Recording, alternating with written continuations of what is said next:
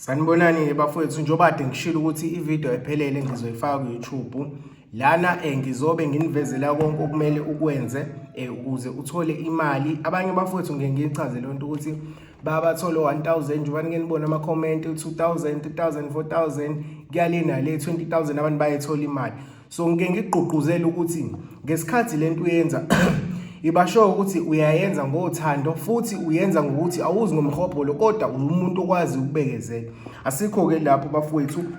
Into engizoyicela nje kuwena nako ngizocela before ngiqala ivideo bafowethu, into engeke ngigqugquzele kwabantu, ngiyacela ukuthi before ubuka ivideo uyalike uyasubscribe ikhona ukuthi mengikwazi ukudedela ama video ngiphendule imibuzo kube lula ukuthi ubone ama video ami, kube lula futhi ukuthi ukwazi ukuthi ube notified. So ngiyagqugquzela ukuthi before nje siqale kwevideo ngiyacela ukuthi ulike bese uyasubscribe. Asingakenzi okuningi, singakathinti okuningi, ngiyacela ukuthi ulike bese uyasubscribe.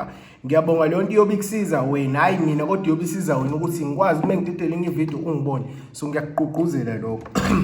Okay ke bafowethu, ngaphandle kokuqeda isikhathi ngoba ususubscribeile walike ivideo, nayi into kumele uyenze. Yabo?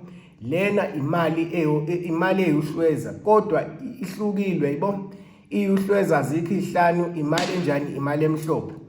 Le mali uzoyihlukanisa kwimali ozobuyithathe ephi, uyithathe mhlawumbe u10 uhamba uhlukanisa wacela ukubeka u40 noma amashumi noma beyixube kukwena, yabo? Nayi into ozobe usuyenza, uzobe usungitholela isigubhu u2 litha, yabo? U2 litha la ngifuna abafethu ukuyiveza kahle lento ngoba abantu bengichaza kwama video bathi abanye ngiyashesha, abanye bathi ama video ngiwaqedeleli. So ngifuna ukuya in depth.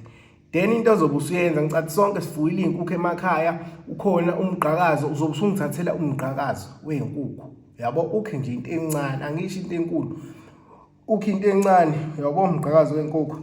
Okunye bafethu nalapha ku Facebook ngikhona, ungakwazi ukungisearch uthi Kwanele Mbhense uzongithola ama video akhona, kodwa ngiyagqugquzela ukuthi ngesikhathi ubuka le video like usubscribe bese uzongithathela isicathulo sakho. Isicathulo ke ngihlezi ngisho lento ukuthi thatha isicathulo ongasasebenzisi, isicathulo ongasasigqoki njalo, ikhona uma uyenza lento kuzoba lula ukuthi ungahlupheki ukuthi uzogqokana. Okay, ngifuna uyibone into engizoyenza la.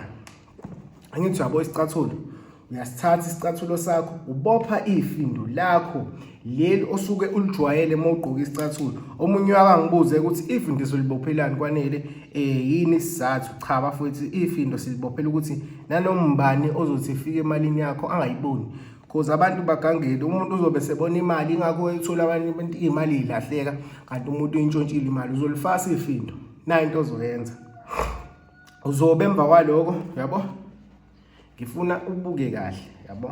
Isicathulo ke bafethu sinalento ekuthiwa itsoli, yabo? Ilento le, nayi itsoli, ingaphezulu ngapha ingenzansi ngapha. Na into ozoyenza, uzothatha u2 wakho oqala ufake bese wenze njani emva kwaloko, uzongithathela umgqakazi, yabo?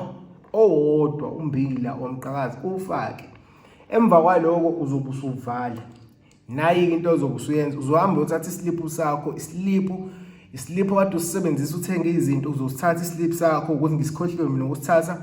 Uzosithatha islip sakho bese usidabula ekhoneni, uzothi usidabulile ekhoneni bese naso uyasifaka ngaphansi kwetsoli, phinde ufaka umgqakazi bese ufaka omunye u2. Emva kwaloko uzosithatha ke lesi sinye islip esiphelele bese wenze njani, uthatha ikhadi lakho olisebenzisayo, mawusebenza lona ulifaka ngaphezulu kanye neslip nako konke lokho kuzosala oku2 phinde kube umgqakazi bese uzothatha usawoti ufake ipinch yawo omncane. Bafowethu ngiyagqugquzela ukuthi ngesikhathi ubuka ivideo uyalike uyasubscribe. Ngizohlezi nginikhumbuza lento khona uzokwazi ukuthi mawubuka ivideo kumele ulike usubscribe, khona kuzoba lula ukuthi ubone ama video. Okay, bese usukwenzile lokho uzowenzani ke na? Omunye uyangibuza ukuthi hawu ngasebenzisa ikhadi lami engilisebenzisa. Cha, ikhadi angithi lento ngolesithathu ngesikhathi uyenza, uzolithatha ulifake bese emva kwaloko ke usuyalikhipha ngakusasa usuyalisebenzisa. Into ozobe usuyenza mase usukufakile, uzothatha isigubhu uphinde ungihlukanise nomunye u10 ufake o2 la bese sona isigubhu ngizocela ukuthi ungibekele phi ekhoneni lekamera lakho, noma mawuthi ulala ekamereni elinamakhona uzokubeka lapho emva kwekhethenisi, yabo? Into ozobe usuyenza, uzobeka ususithatha isicathulo sona bese uthatha indwangu emhlophe usibeke ngaphansi kombhede bese usuyabeka Njalo-ke ngolesithathu kwenzenjani-ke? Angithi ngolesithathu ntambama uyahamba uyocela ufike ubeke ikhadi lakho ngakusasa lilale khona, ekuseni uyavuka uyalisebenzisa. Bese kuphinde futhi next week wenze njalo. Into oyenzayo every time ngolesithathu ilo usukubuyisa ikhadi lakho khona, ngakusasa olesine uyalithatha uyolisebenzisa. Angisho ukuthi ikhadi lizohlala khona, mehlala khona uzolisebenzisa kanjani ikhadi lakho. So into oyenzayo. Mase-ke imali oyitholayo bafowethu yinto yakho leyo, ungakhomenta usho kwama-comment sizobe sikubongela, kodwa inani liyowazi uwena. Ngiyacela-ke bafowethu enye ivideo ngisazoyidedela la ku-YouTube, cause abanye bangibuzile ngenye ivideo ekumele ngiyidede kodwa ngisazoyidedela cause izinto bezisaningi kade ngizenza, kodwa ngicatha isikhathi ngizoleke ngisithola nje kancane ngilibele ngikwenza amavideo. Ngiyagqugquzela bafowethu niwa-like amavideo, ni-share, ni-subscribe ikhona ukuthi nizokwazi ukubona niphinde nibone amanye amavideo. Ngicathi ikona kuphela, okunye ngisazokuphendula. Ngiyacela futhi nikhomente ukuthi yini enifuna ngiyiphendule, ngizolibele ngiphendule abafowethu. Ngikhona ku-Facebook, ngikhona ku-YouTube, ngikhona ku-TikTok. Ngapha ngibheka nje uSikwanele Mbhense, yonke indawo uzongithola. Ngiyabonga abafowethu, ngiyacela ukuthi ni-like and ni-subscribe. Ngiyabonga.